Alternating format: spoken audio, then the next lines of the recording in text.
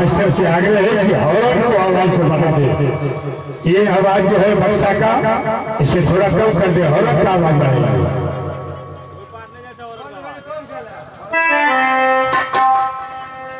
प्रेमी सजनों, मेरा ही राज्य महोबा पड़ता है।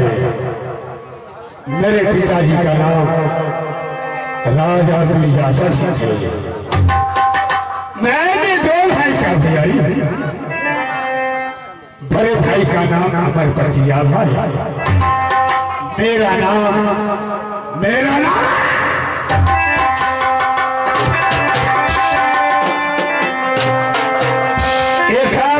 के अंदर मेरे नाम से जानकारी है, मगर अफसोस होता है इस बात पर। जब से दोस्ती वाराज धरी प्रेमानंद के साथ हर हमेशा साथ ही साथ रहा करते थे। एक समय की बात है, हमसे बोला कि दोस्त मैं राज पढ़ी कुछ ही देर मैंने अपनी दोस्त को केवल 2 रोजों के लिए छुट्टी दी। आज लगभग 7 रोज से बीत गया, पुनः लौट करके राजभरी से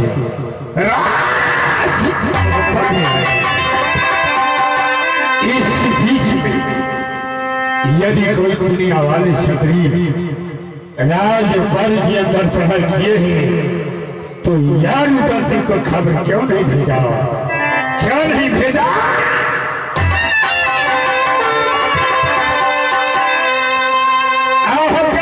छतरी दोस्ती कहा का सुबह हुआ तो पहली पर क्या चाहा, क्यों न खबर दोस्ती भेजा राजी महोबा तो लूटा लग जाती है पाई गढ़राज।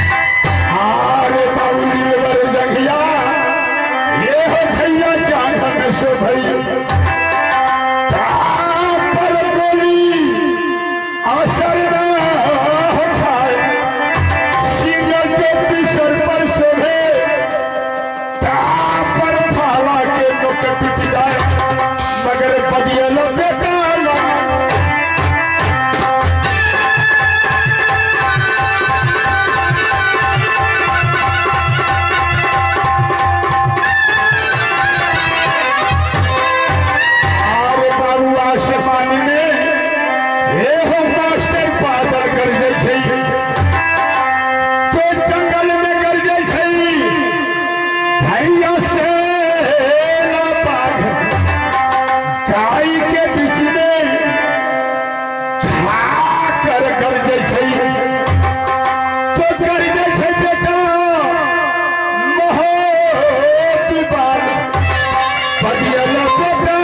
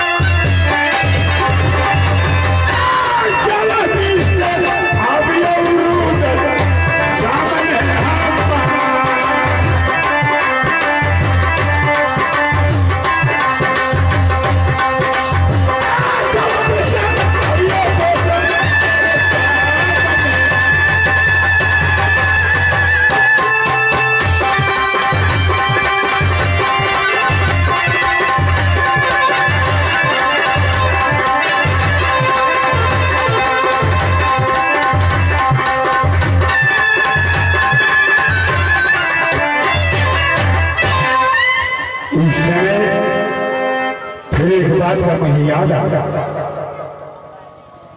बचपन टाइम का कहानी जिस समय मैं माँ के होने से पैदा हुआ, माँ के होने से पैदा लिए हुए समय 6 रोज हुआ था। बड़े भाई अमर पतिया था, वह 6 साल का था। उसी समय की कहानी है। मेरा चचेरा भाई काल गुरु मेरे पिताजी को धोखा सिखा दिया। मार देने के बाद राज अपनाने के लिए ये सोचा नाग का बेटा कभी ढोड़ नहीं पाता, हो न हो। अरे भैया इको को बंद कर दीजिए, इको हाँ हाँ करता है, हम लोग सुनते हैं।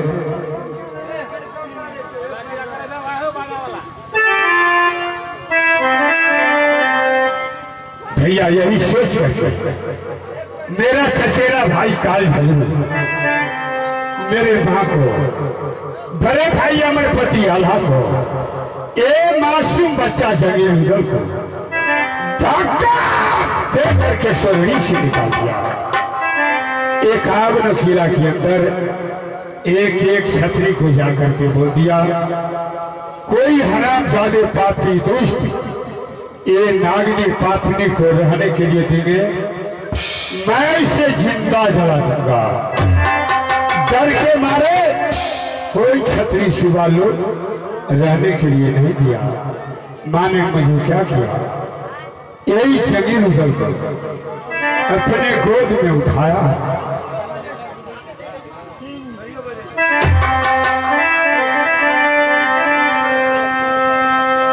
यखिया से लो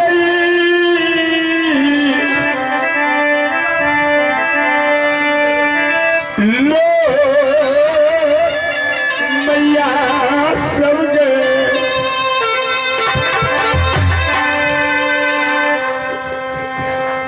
बहल कैसे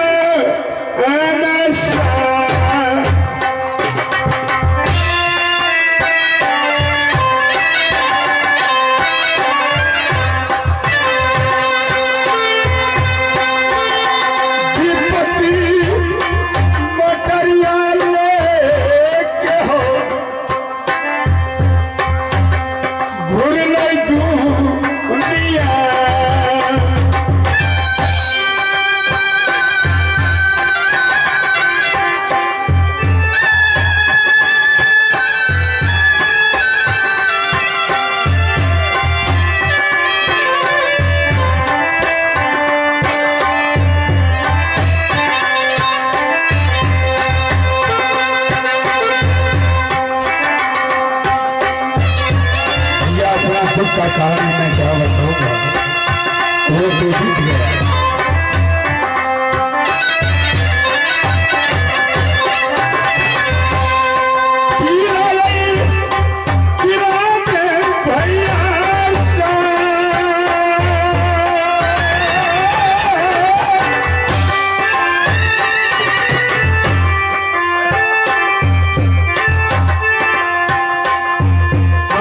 पटरी से खिता की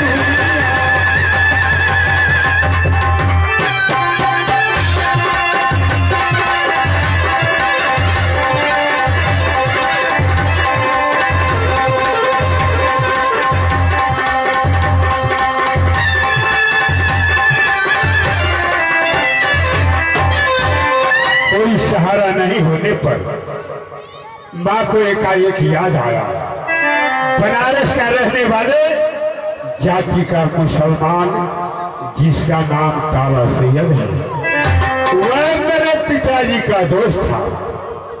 एकाएक याद आने के बाद माँ ने रुदल को गोद में उठाया, बड़े भाई को सीने से लगाया, जाकर के राज बनारस चले गए। जो इस बात को पिता सैयद समझे कि दोस्ती बहुत बड़ा दुख दर्द लेकर के आई है, दौड़ करके अदालत से आए हैं, रुदल को गोद में उठाया, बड़े भाई को साथ लिया, माँ को तन पर वस्त्र दिया, पेट में भोजन दिया।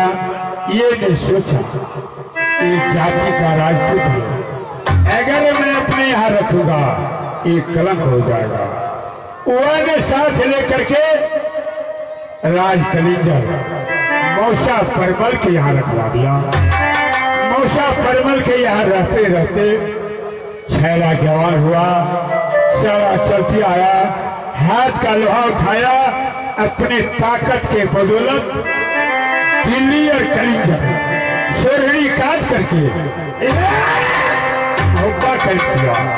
जब से मुहब्बा कैद हो गया, भैया मैं ये नहीं समझा कि रुदल को पिता मर गया। मैं समझता हूँ बड़े भाई पिता का समान है, भाभी नगर वाली माँ का समान है। कोई कामों के लिए मैं आगे बढ़ता हूँ तो बड़े भाई से आदेश लेकर के ही बढ़ता हूँ। आज मुझे जी करता है ये पापी सर लेकर के जाऊंगा, भैया और भाभी के चरणों में झुकाऊंगा। जो कुछ भी आदेश भैया और भाभी सुनेंगे, आदेशानुसार आज यहाँ से मैं बड़े भाई के सामने जा रहा हूँ।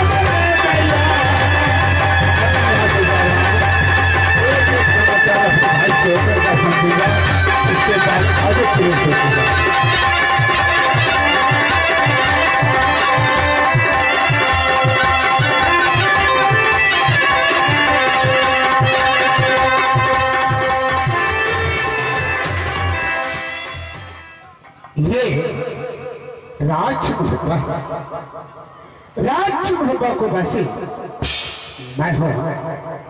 मेरा नाम अमरपति आल्हा।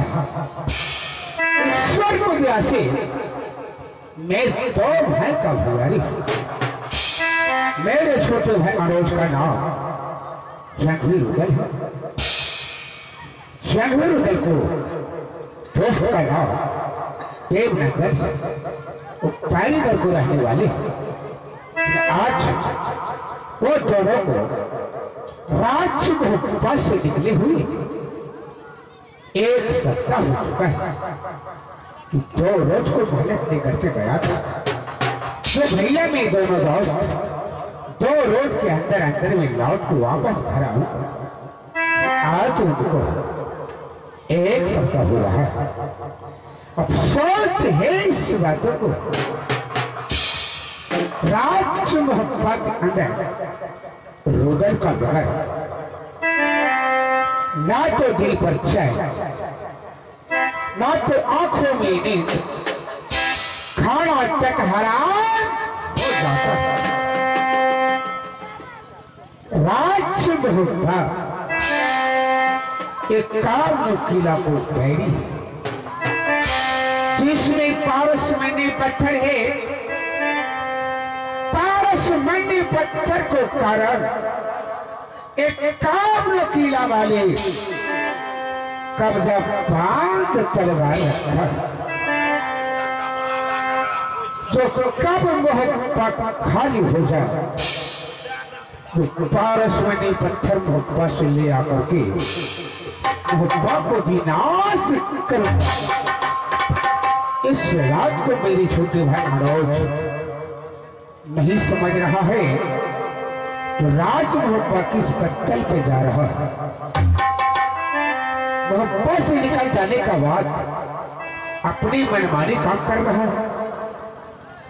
निकला 2 रोज के लिए, लगाता है 4 रोज, लगाता है 5 रोज, लगाता है 1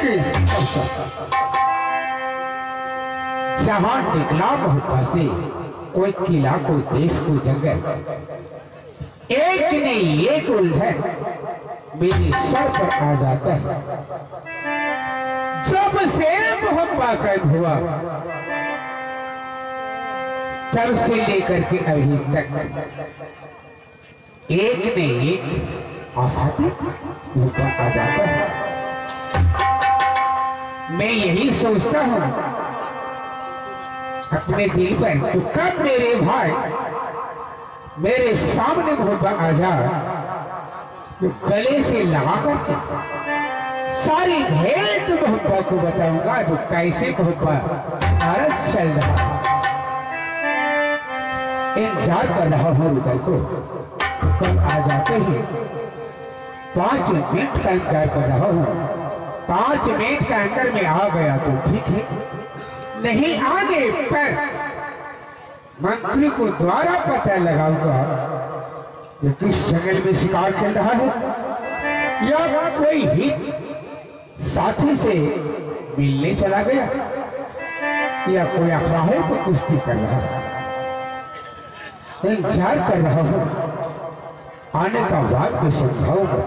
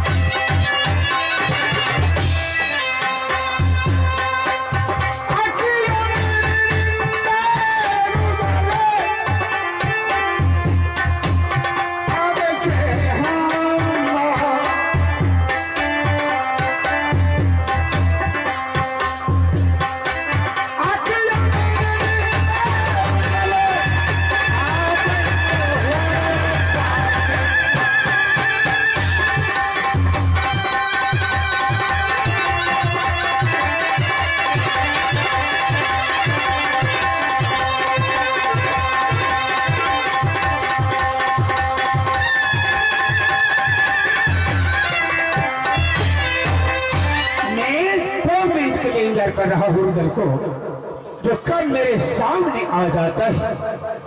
इंतजार करने का बाद मैं अपने दिल में सोचूंगा कि कहाँ है रुदल, कहाँ मेरे भाई शिकार खेल रहा है या कोई कहाँ पर कुश्ती खेल रहा है, मैं सोच लूंगा।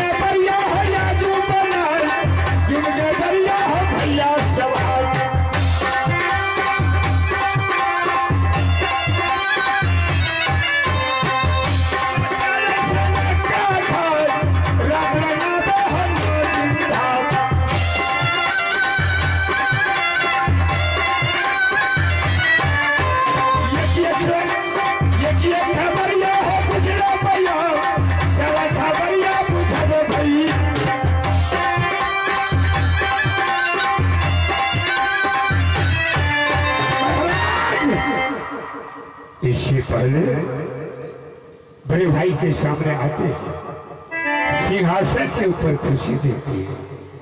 आज क्या कारण है, क्या कोई दुनिया वाले छतरिया दिखाया है कि एकाएक भैया उदास का क्या कारण है, मैं जाकर के खुद समझ लेता हूँ।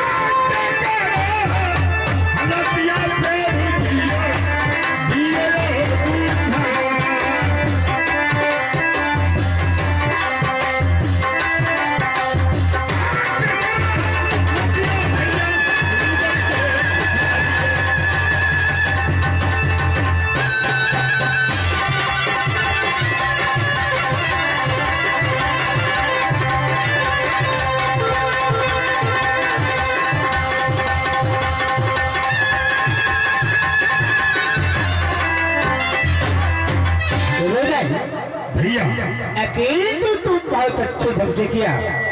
तो राज्य मुहब्बा के अंदर क्या चीज का कमी है?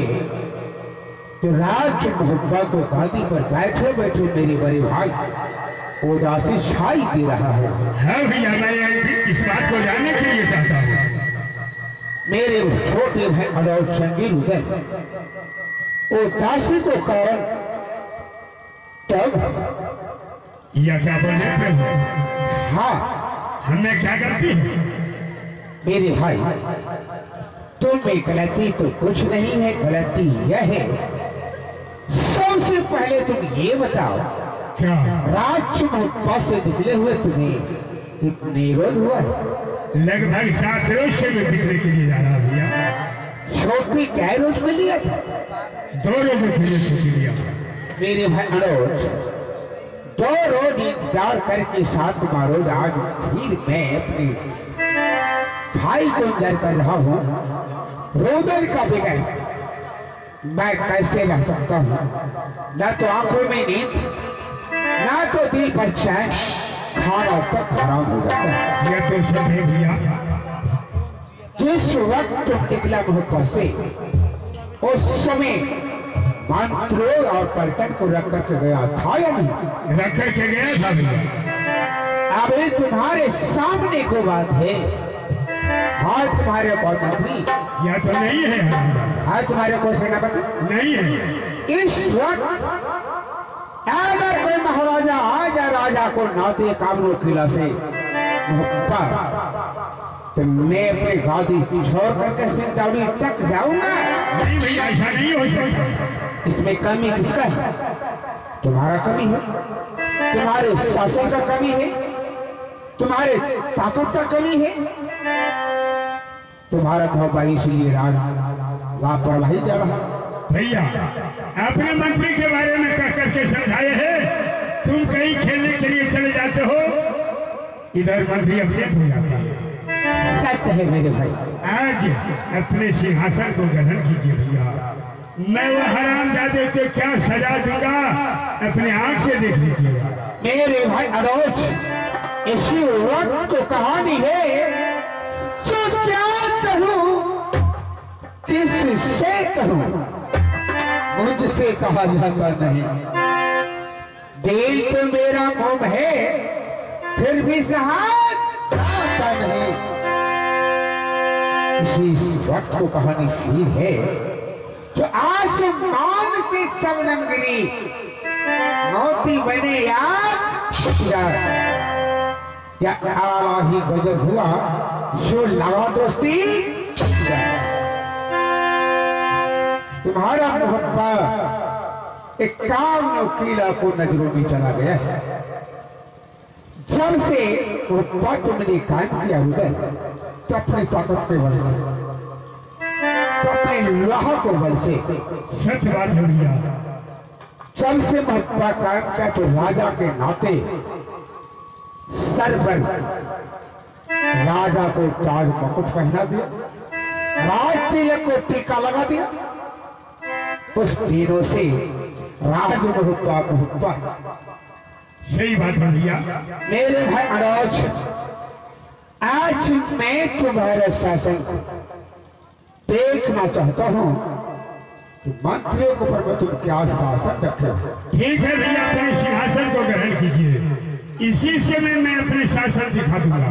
इंतजार है तुम्हारा 2 मिनट को। ठीक है भाई भाई। हरामजादे, सही में जब से हमने बड़े भाई की अदालत आया हो, वह हरामजादे अपसेट ही अपसेट पकाया। अगर हमारे चेहरा को देख लेंगे, डर के मारे यहाँ तक नहीं आ सकता। कुछ देर के लिए मैं छिप जाता हूँ। आने के बाद वह हरामजादे को वह शासन करूंगा। शायद आज तारीख से ऐसा गलती कभी नहीं कर सकता। इंतजार है मंत्री को, कुछ देर आओ मेरे साथ।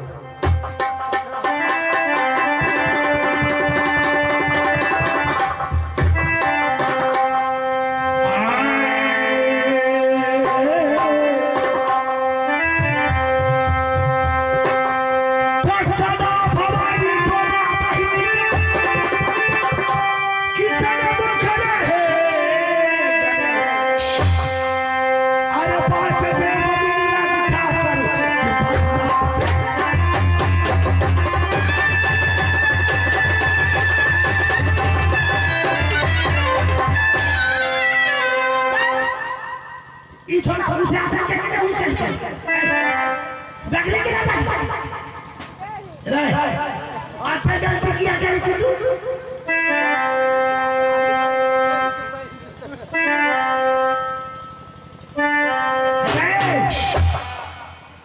रे डबिया मुखबला साला पंगा या चार बच्चे बोले क्या या चार बच्चे बोलते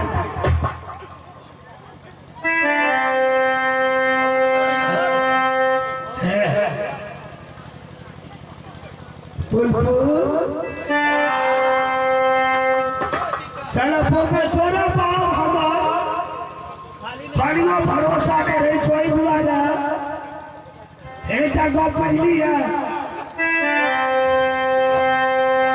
ठीक काका हो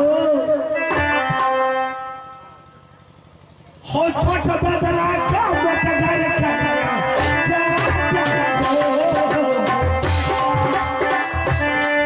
हो काका लाख टाका ले हक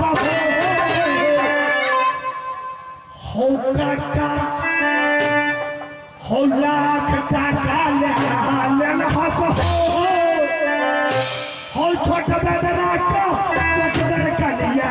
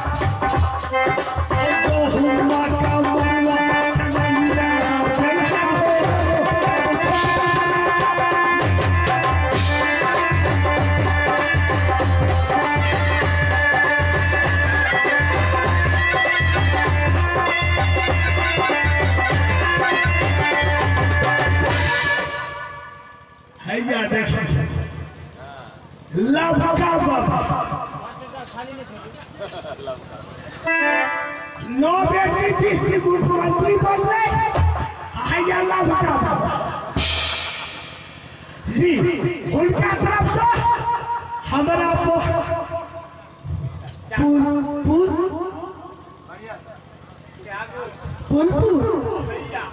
हैया देखिए 21 टका दल का लड़का बाबा हम जान गए बाबा का नियम बने न कोनो नेता बड़ी सुध लो भैया छोटा साइज लेकिन मैं साला पगा ओ पीछे बुझाए बा यानी कोनो कम नहीं छी काटे वालो हार छी आ बुझे बा बिहार छी अच्छा बुलबुल अकरा हो कनाल पे के जवाब क्या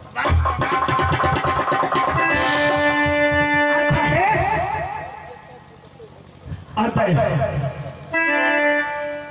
अच्छा एक बात पूछियो तो भैया पूछा नहीं बात है क्या देखी बढ़िया से देखी। अच्छा एक बता दरबार हमरा केना की हालत है भैया कोई नहीं था कोई नहीं दूलगा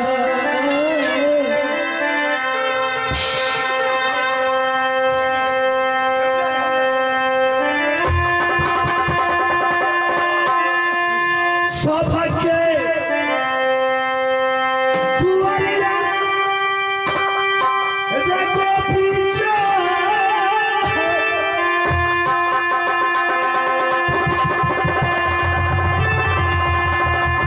अरे बगीचा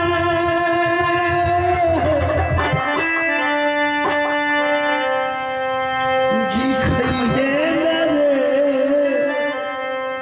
दुलगा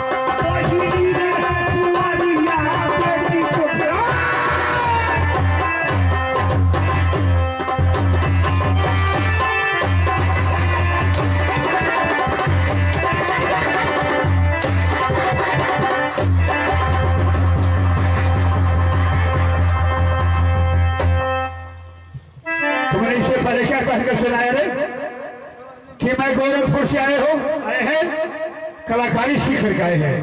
यही कलाकारी है तुम्हारे पास। क्या गया है अरे ऐसे नहीं कहता है, हम लोग भी सुनते हैं।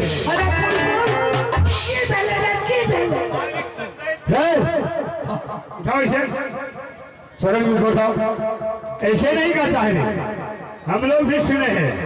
सबके दुआरिया रे गोपी चाहता मांगी चांगी खई है रे बेटा। मेरे बात को पहले सुन लो।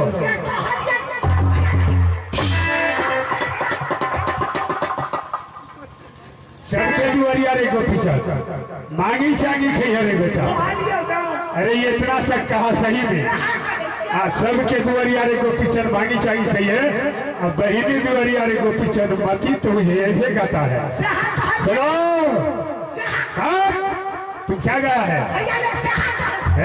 वह नहीं कहा है, वह नहीं कहा है, तुमने कहा है सबके दुआरिया रे गोपी चांद मांगी चांगी खई है रे बेटा। अब बहिनी दुआरिया रे बेटी छोड़।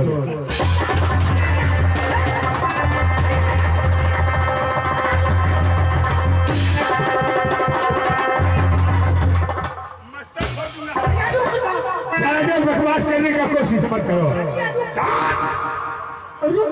भाईचारी से गलती कभी नहीं होगा। गलती किया है ना, चलो कान पकड़ो। गलती तुम किया है कि नहीं? गलती का सजा हम लोग देना चाहते हैं। चलो कान पकड़ो, गलती का सजा।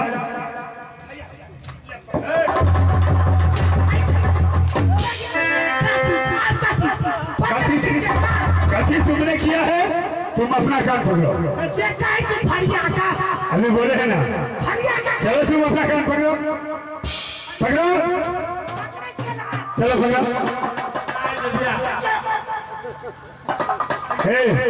सही में कान पकड़ा है कि नहीं? 5 बार उठो बैठो, 5 बार उठ फुलफुल भैया करते बचिया था की करबे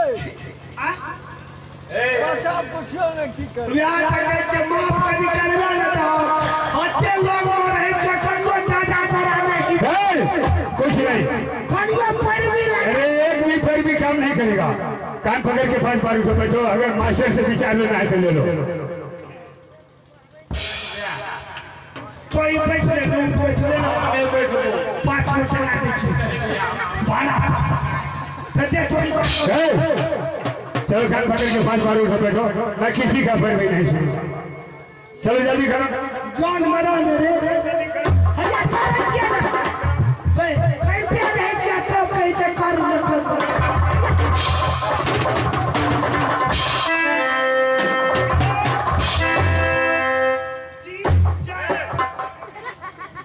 एक से 4 हो गया रे। क्या दे कौन गिर दिया रे? अभी तो एक ही हुआ है, तू 4 गिर लिया। बेमानी करे छे खाली नहीं, हम लोग बेमानी नहीं करते हैं। बेमानी क्या दे दूसरे छे। अरे एक हुआ एक। चार ये के नीक से देखिए। अच्छा ये भैया दो अभी 2 ही हुआ है। अरे 2 हुआ है।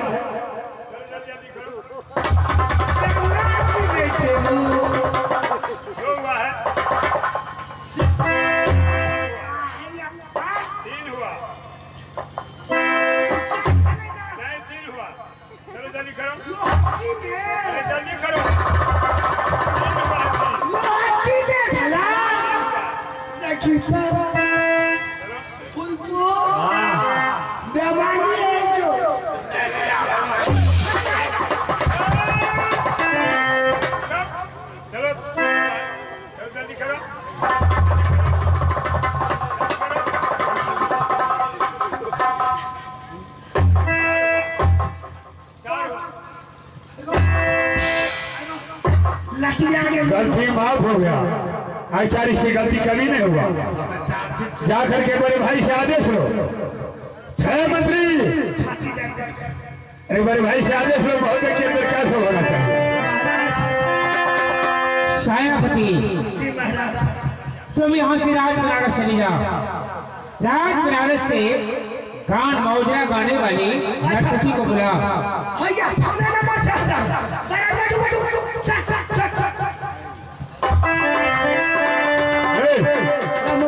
अरे नर्तकी का फोन नंबर है तुम्हारे पास? लगा तो क्या नंबर है?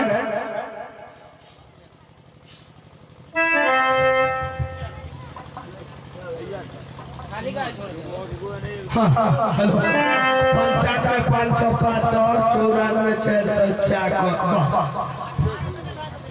हेलो हाँ कौन बोल रही है? आज तुम कहीं जाने वाले हो क्या? भैया इसे आप आजाद करते थे तो हम 2 रोज के लिए कहीं शिकार खेलने के लिए चले जाते, या नहीं आपका आदेश हो हम लोग वही काम करते। मेरे भाई अनुज जंगली उदय, तुमने लड़ाई लड़कर के सूरजकुंड से आया। लड़ाई लड़ने को तुम्हें बहुत थकावट हो गया होगा। आज तुम हवा नहीं रहो, नैना वाली को लाए हो। ठीक है भैया, आप इंतजार कीजिए। अब भाभी नैना गरवाली का याद करते हैं तो अभी इसी समय में बुला दूंगा। तुम्हें राजमहल का सूरज कुंड से नहीं लाना चाहिए था, तुम्हें तो सूरज कुंड से छुड़ा करके लाया। ठीक है, तुमको राज नैना को पहुंचा देना चाहिए। राजमहल के अंदर ले आए हो, मैं राजमहल के अंदर इसको मैं रखने के लिए मजबूर हूं। भैया ऐसा क्यों बोल रहे? हार गए। अच्छा होगा इसमें तुम नैना वाली को सेक नहीं, राजा महिपाल को दरवाजे राज नैना को पहुंचा। ठीक है भैया, मैं भाभी नैना गरवाली के पास जा रहा हूँ।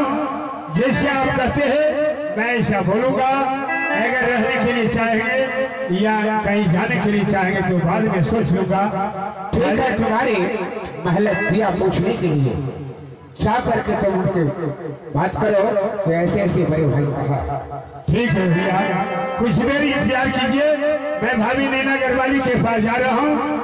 बुला को यहाँ आने के बाद उसके बाद आप जो कुछ भी सोच रखे हैं सोचिए। इंतजार है तो ठीक है भैया।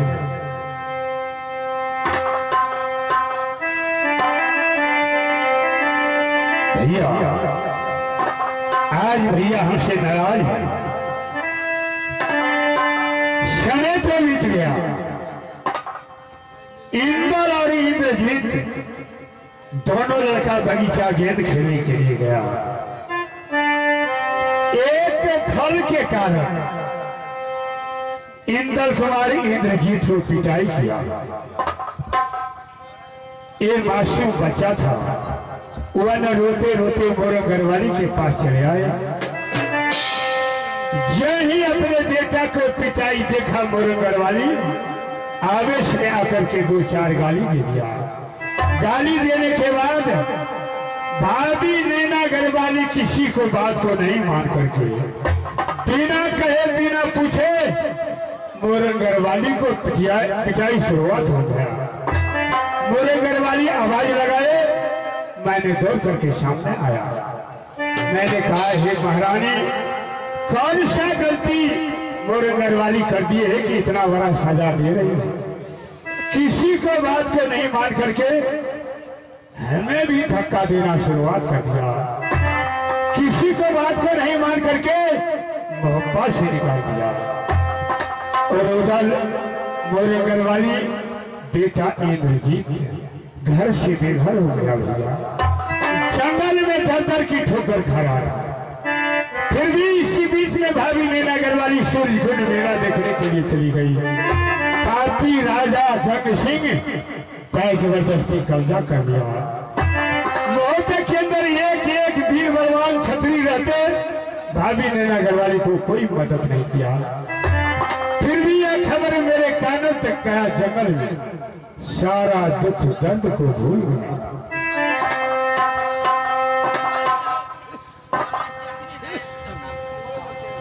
सारा दुख दर्द को भूल जाने के बाद मैंने अपने हाथ का लोहा उठाया, सूर्यकुंड पर चढ़ाई किया, राजा जंग सिंह को संहार किया। भाभी नैना गढ़वाली को इज्जत और प्रतिष्ठा बचा करके मौका लाया। जहाँ इस बात को भैया आला सिंह सुने हैं कि नैना गढ़वाली को सूर्यकुंड से लाया है, वह रखने से इनकार जा रहा है। ये हमें कह रहा है कि रुगल तुम्हें नैनागढ़ भिजवा देना चाहिए, मोहब्बत क्यों लाया? मैं जा रहा हूँ भाभी नैना गढ़वाली के पास, एक कहानी कहूंगा, इसके बाद मैं आगे से चलूंगा।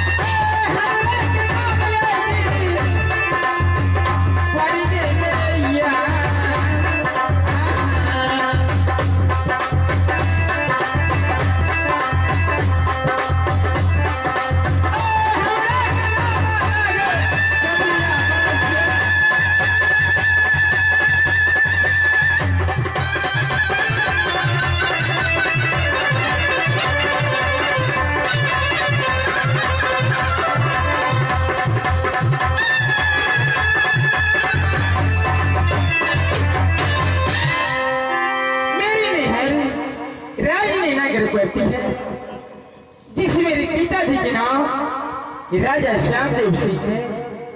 मेरे भाई के नाम शिवेंद्र मणि है। मुझसे छोटा भाई के नाम लहरा कुमार। और मेरे नाम ने मेरी मां रखी है छठी की रात में सती सोना।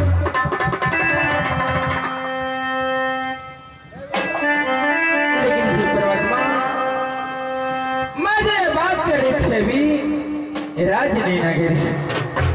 यदि मैं सासू को पढ़ते नहीं बदलाऊं तो इस दुनिया वाले कैसे जाने किसको किसकी। आजा दीदी सब सुन लियो। अरे जी हमार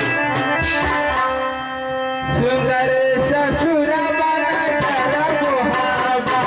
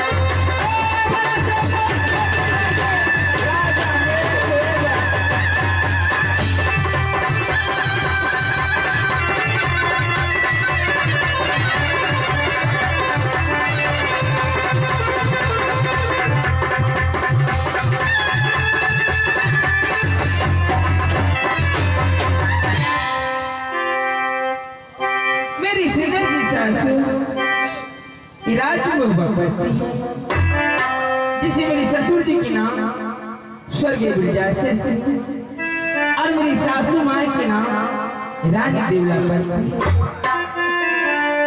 मुझसे छोटे देवर के नाम जंगे रोजा और देवरानी के नाम सती फूला पड़ती है।